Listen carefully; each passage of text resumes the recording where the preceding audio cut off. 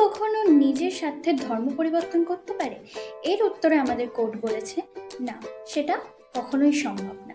আসুন এটা একটু বিস্তারিতভাবে জেনে নিই, এক্সাম্পল সহ জেনে নিই, যাতে আমাদের ক্লিয়ার হতে একটু সুবিধা হয়।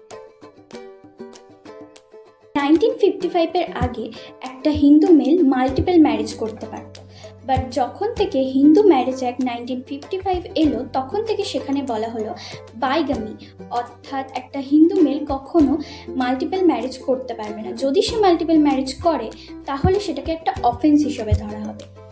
শুধুমাত্র মাল্টিপল ম্যারেজ করার জন্য তখন একটা হিন্দু মেল নিজের ধর্ম পরিবর্তন করে ইসলাম ধর্ম গ্রহণ করলো।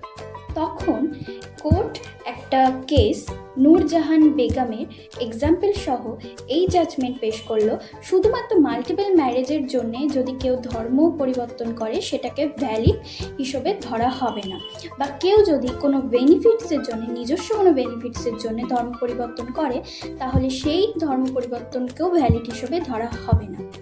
So thanks for the watching this video. এরকম আরও ছোটো ছোটো ইনফরমেটিভ ভিডিও পেতে subscribe this channel and like this video also.